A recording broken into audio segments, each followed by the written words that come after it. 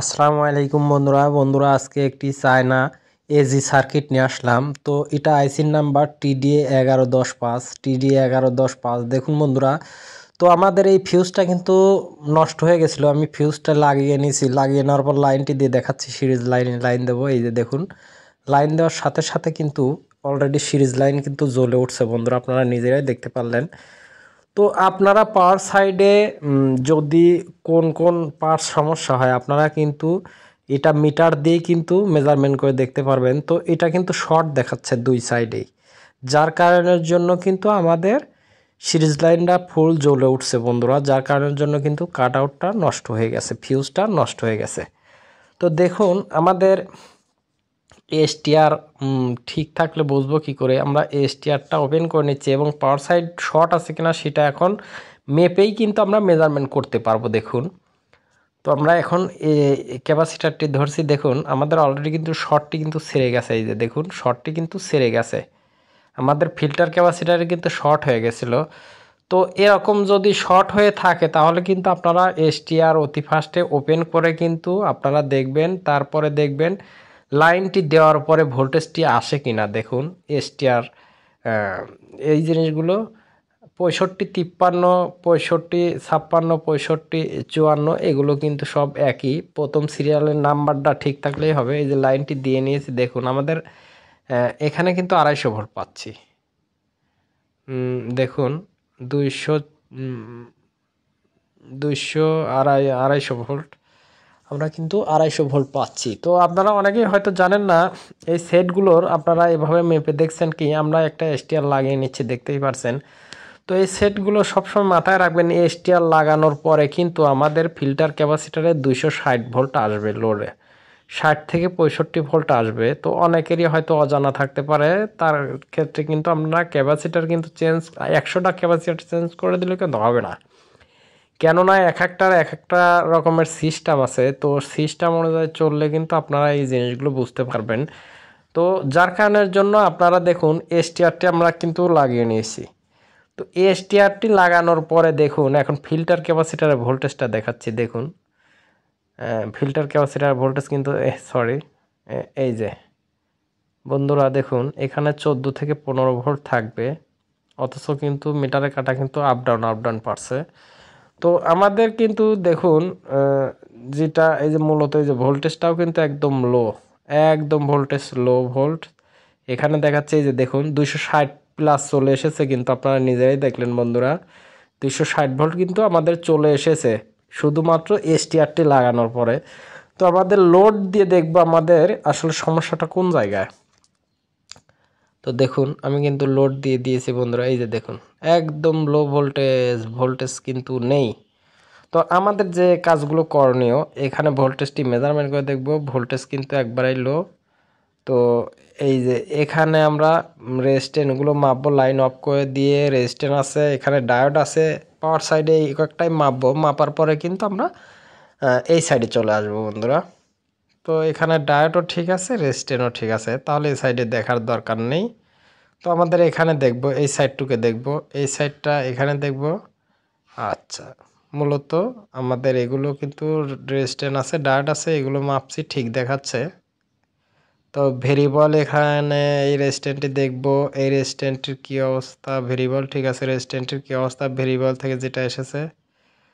তো বন্ধুরা রেজিস্ট্যান্সটি কিন্তু আমাদের মাপে ভুল রিডিং দেখাচ্ছে, উল্টা সাইডে মেপে দেখব। দেখুন এই সাইডে এই মাপ দেখাচ্ছে, এই সাইডে এই মাপ দেখাচ্ছে, তাহলে কিন্তু আমরা কি করব, সেই ক্ষেত্রে রেজিস্ট্যান্সটি কিন্তু আমরা খুলে নেব বন্ধুরা। রেজিস্ট্যান্সটি কিন্তু আমাদের ভুলভাল মাপ দেখাচ্ছে, যার কারণের জন্য বিভ্রান্তিতে পড়তে পারে, আমরা রেজিস্ট্যান্সটি কিন্তু এখন ফেলে দেব। তো দেখুন কোন অপশন কোন জায়গায় আছে, আপনারা অবশ্যই কিন্তু ফলো করে কাজগুলো শিখবেন। এই যে দেখুন, এই যে এটা কিন্তু ভেরিয়েবলের সাথে দেখুন এই যে রেজিস্ট্যান্সটি কিন্তু জং ধরেছিল, আসলে বোঝার মতো কোনো পরিবেশই নাই, এমন সিস্টেমে ছিল যা বলার মতো না। তো আমরা একটি রেজিস্ট্যান্স লাগিয়ে নিচ্ছি, দেখুন আরেকটি রেজিস্ট্যান্স কিন্তু লাগিয়ে নিচ্ছি, লাগানোর পরে রেজাল্টটাকে আপনারা নিজেরাই দেখতে পারবেন। আর আমার ভিডিওটি ভালো লাগলে চ্যানেলটি সাবস্ক্রাইব করে সাথেই থাকবেন, নতুন নতুন ভিডিও পাওয়ার জন্য আমি নিয়মিত ভিডিও দিয়ে থাকি। দেখুন আমি কিন্তু রেজিস্ট্যান্সটি ঝালাই করে নিচ্ছি, রেজিস্ট্যান্টটি কিন্তু ঝালাই করা শেষ। আমি ভোল্টেজটি মেজারমেন্ট করে দেখব। তার আগে লাইনটি দিয়ে নিয়েছি বন্ধুরা। দেখুন লাইটের তীব্রতাই কিন্তু বোঝা যাচ্ছে ভোল্টেজ বেড়ে গেছে। দেখুন 100+ ভোল্টেজ। আচ্ছা, এখানে যে 120 কে রেজিস্ট্যান্ট, এখানে কিন্তু 20 থেকে 24 ভোল্ট পাবো, 20 থেকে 24 ভোল্ট। তো আমরা 22 ভোল্ট কিন্তু পেয়েছি বন্ধুরা। তাহলে ভোল্টেজটি কিন্তু অ্যাকুরেট আছে। আর দেখুন লাইটটির তীব্রতাই বোঝা যাচ্ছে। তো সেই ক্ষেত্রে দেখুন আমরা লাইটটি এখন খুলে নেব। আমরা কিন্তু অলরেডি ফ্লাইব্যাগের ভোল্টেজ কালেকশন কিন্তু দিয়ে নেব। দিয়ে নিলেই কিন্তু আমাদের স্ক্রিনে গিয়ে দেখতে পারবো আসলে সমস্যাটা সমাধান হয়েছে কিনা। তো দেখুন আমি কিন্তু ভোল্টেজটি এখন লোডে দিয়ে মাপবো হাই ভোল্টেজ হচ্ছে কিনা। দেখুন হ্যাঁ 100+ ভোল্টেজ এসেছে বন্ধুরা। হাই ভোল্টেজের কী অবস্থা সেটা দেখব। দেখুন আমাদের 180 কিন্তু চলে এসেছে। স্ক্রিনে যাবো, স্ক্রিনের কী অবস্থা সেটা দেখব। তবে বন্ধুরা দেখুন কোনো ধরনের কিন্তু কোনো রাস্টার নেই এবং অটো সার্চ দিছি, তারপরেও কিন্তু সার্চ দেওয়ার পরে কিন্তু কোনো ছবি আমরা পাচ্ছি না। তারপরে দেখুন এই যে কি ঘাবলা হয়েছে, তারপরে কিন্তু কালারও প্রবলেম।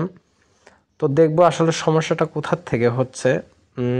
দেখব এজিসি ভোল্টেজ ঠিক আছে, টুইনিং ভোল্টেজ কিন্তু একদম 30 ভোল্টে অ্যাকুরেট হয়ে আছে বন্ধুরা, কমছেও না বাড়ছে না। এখানেও 30 ভোল্ট অ্যাকুরেট আছে বন্ধুরা, এখানেও 30 ভোল্ট অ্যাকুরেট আছে। তো দেখব আর কোনো জায়গায় কোনো ফল্ট আছে কি না। এই সাইড থেকে আমরা এই জায়গায় এসে এখান থেকে বন্ধুরা আমরা অবশ্যই কিন্তু ক্লিয়ার রেজিস্ট্যান্টের মাধ্যমে কিন্তু আইসিতে যাওয়ার পরে কিন্তু আপ ডাউন হয়। তবে আমরা মেপে দেখলাম যেহেতু আইসির ওই সাইড থেকে রেজিস্ট্যান্ট কাটা নেই, তো এখানে একটি ট্রানজিস্টর থাকে বন্ধুরা, আপনারা জানেন। তো এই ট্রানজিস্টরটি আমরা খুলে নেব। তো অনেক ক্ষেত্রে অনেক ট্রানজিস্টর থাকে, তো এখানে কিন্তু আমাদের ট্রানজিস্টর থাকে হচ্ছে দেখুন 2369 ট্রানজিস্টর থাকে। তো এই ট্রানজিস্টরটি আমরা কিন্তু লাগিয়ে নেব। আর একটা ট্রানজিস্টর দেখুন 2369, ভালো করে দেখবেন, খেয়াল করবেন। 2369 বন্ধুরা, 2369 এই ট্রানজিস্টরটি কিন্তু আমরা লাগিয়ে নিচ্ছি এখন। তো লাগানোর পরে রেজাল্টটা কিন্তু আপনারা নিজেরাই দেখতে পারবেন, তাহলে কিন্তু এত পেঁচার পারা কিছুই নেই। তো আমি দেখুন ঝালাইটি দিয়ে নেব। তো আপনারা মনোযোগ সহকারে ভিডিওটা দেখলে অনেক কিছু শিখতে পারবেন এই সেট থেকে। বর্তমান এজি সার্কিট এত পরিমাণ হয়ে গেছে যা বলার মতো না। সেট খুললেই বেশিরভাগ এই এজি সার্কিটগুলো পাওয়া যায়। দেখুন ভোল্টেজটি মেজারমেন্ট করে দেখুন কোনো ভোল্টেজ কিন্তু নেই। অটো সার্চ দেওয়ার পরেই কিন্তু আমরা রেজাল্টটি পাবো বন্ধুরা। তো আমরা এই যে এখানে কিন্তু ভোল্টেজ দেখুন, এখানে কিন্তু এই যে দেখুন ভোল্টেজটি কিন্তু লোড নিয়েছে বন্ধুরা। তো আমরা যে কাজটি করব, আমরা কিন্তু অটো সার্চ দিয়ে নিয়েছি বন্ধুরা। এই যে দেখুন আমাদের অটো সার্চ দেওয়ার সঙ্গে সঙ্গে কিন্তু দেখুন টুইনিং ভোল্টেজ কীভাবে ধাপ পারছে। আর এতক্ষণে কিন্তু কোনো ধরনের কোনো সিমটম ছিলই না। তো এই একটা ট্রানজিস্টরে কি এমন কাজ তাহলে বোঝেন। আপনারা সারা সার্কিট খুঁজেও কিন্তু আপনাদের কাজ হবে না। স্ক্রিনে যাবো, স্ক্রিনের কী অবস্থা সেটা দেখব বন্ধুরা। দেখুন শুধু একটি কালার আছে আর দুইটা কালার কিন্তু নেই। তো আমরা সেটের পিছন সাইডে চলে যাব। তো আমাদের যে কাজগুলো মূলত আমরা কিন্তু সব সময়ের জন্য এই যে দেখুন এখানকার কালারগুলো আগে ভোল্টেজ দেখব। 1 ভোল্ট করে এখানে আমরা পাবো, এখানে পাবো 2.5 থেকে 3 ভোল্ট। এই যে দেখুন এখানে 2.5 থেকে 3 ভোল্ট পাবো, 3টের থেকে। আচ্ছা, এখান থেকে এই ট্রানজিস্টরের মাধ্যমে আমরা 1 ভোল্ট পাবো। এই যে এখানে কিন্তু ভোল্টেজটা ঠিক আছে, এখানে কিন্তু ভোল্টেজ নাই, এখানেও কিন্তু নাই, এখানেও নাই। তার মানে শুধু এই একটি ভোল্টেজই আমরা পাচ্ছি, যার কারণের জন্য কালারও একটাই আসছে। এই যে এই ভোল্টেজটাই শুধু পাচ্ছি। তো বন্ধুরা আমরা দেখুন আমরা এই ট্রানজিস্টরগুলো কিন্তু চেঞ্জ করে নেব।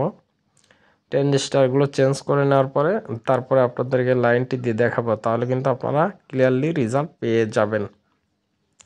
আর অবশ্যই আমার এই ভিডিওটি ভালো লাগলে চ্যানেলটি সাবস্ক্রাইব করে সাথেই থাকবেন নতুন নতুন ভিডিও পাওয়ার জন্য। আমি নিয়মিত ভিডিও দেওয়ার চেষ্টা করি বন্ধুরা। তো আমরা মূলত 3টা ট্রানজিস্টরই চেঞ্জ করে দেবো, কেননা পাশাপাশি ছিল, হয়তো বা এটাও 2 দিন পরে ফল্ট হয়ে যাবে, যার কারণের জন্য দেখুন আমরা আমাদের এই 18-15 ট্রানজিস্টর তিনটাই চেঞ্জ করে দেবো বন্ধুরা। আর সেটটিরও একটু বয়স হয়ে গেছে, যার কারণের জন্য এই সমস্যাগুলো হয়ে যায়। এই যে আমরা ট্রানজিস্টর লাগিয়ে নিচ্ছি, 3টা সিরিয়ালে কিন্তু লাগিয়ে নেব। আপনারা হয়তো জানেন এই সেটগুলোর বয়স কিন্তু কম না, অনেক দিন বয়স হয়ে গেছে, তারপরেও কিন্তু এর সার্ভিসিং অনেকটাই ভালো। তো যার কারণের জন্য এই সেটগুলো কিন্তু বেশিরভাগ ইলেকট্রনিক্স ভাইরা এখন পর্যন্ত ছাড়ে নাই, কেননা রিজেক্ট বানায় নাই। কারণ বোর্ডগুলোর কোয়ালিটিও ভালো, ছবির মানও ভালো এবং ছবির ক্লিয়ারও ভালো। মানে এক কথা ব্যান্ডের সার্কিটের মতোই ছবি চলে আসে, যার কারণের জন্য কিন্তু এই সেটগুলো এখনও ড্যামেজ হয়নি। তো বন্ধুরা দেখুন আমরা কিন্তু অলরেডি ঝালাই করে নিয়েছি বন্ধুরা। তো ঝালাই করার পরে যে রেজাল্টটি আছে আমরা দেখব। তো আমার এই ভিডিওটি ভালো লাগলে চ্যানেলটি সাবস্ক্রাইব করে সাথেই থাকবেন বন্ধুরা। তো দেখুন আমি কালার ভোল্টেজগুলো মেজারমেন্ট করে দেখাচ্ছি বন্ধুরা। দেখুন আমরা কিন্তু আমাদের এই ভোল্টেজটি কিন্তু পেয়ে গেছি বন্ধুরা। তো এটা দেখবো, এটাও কিন্তু একই পরিমাণ ভোল্টেজ, এটা দেখবো এটাও কিন্তু একই পরিমাণ ভোল্টেজ। স্ক্রিনে যাবো, স্ক্রিনের কি অবস্থা বন্ধুরা? সেট ইজ ওকে হয়ে গেছে বন্ধুরা। আমার এই ভিডিওটি ভালো লাগলে চ্যানেলটি সাবস্ক্রাইব করে সাথেই থাকবেন বন্ধুরা। আজকের মতো বিদায় নিচ্ছি, ভালো থাকবেন, আল্লাহ হাফেজ।